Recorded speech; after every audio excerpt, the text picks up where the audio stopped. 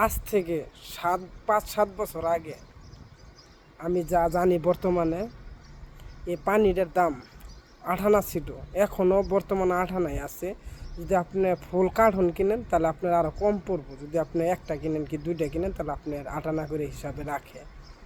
এটা দেখেন, এই দেশে পানির সংকট কম, লাইনের পানি করলে বাংলাদেশের মতো না। বাংলাদেশে যদি এই পানিটা আপনি যদি আগের আমলে 15 টাকা থাকতো 5-7 বছর আগে, তাহলে বর্তমানে করলে এটা 20 টাকার উপরে আছে বাংলাদেশে। তাহলে বাংলাদেশে দেখেন এত এত পানি, তারপরে পানির দাম কত।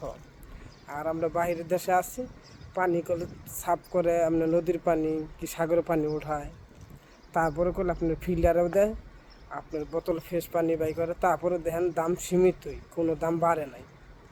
পানির অপর নাম কি জীবন, মানুষের অপর নাম হচ্ছে পানি। কথাটা বাস্তবিক। আশা করি সবাই বুঝছেন। খুদা হাফেজ।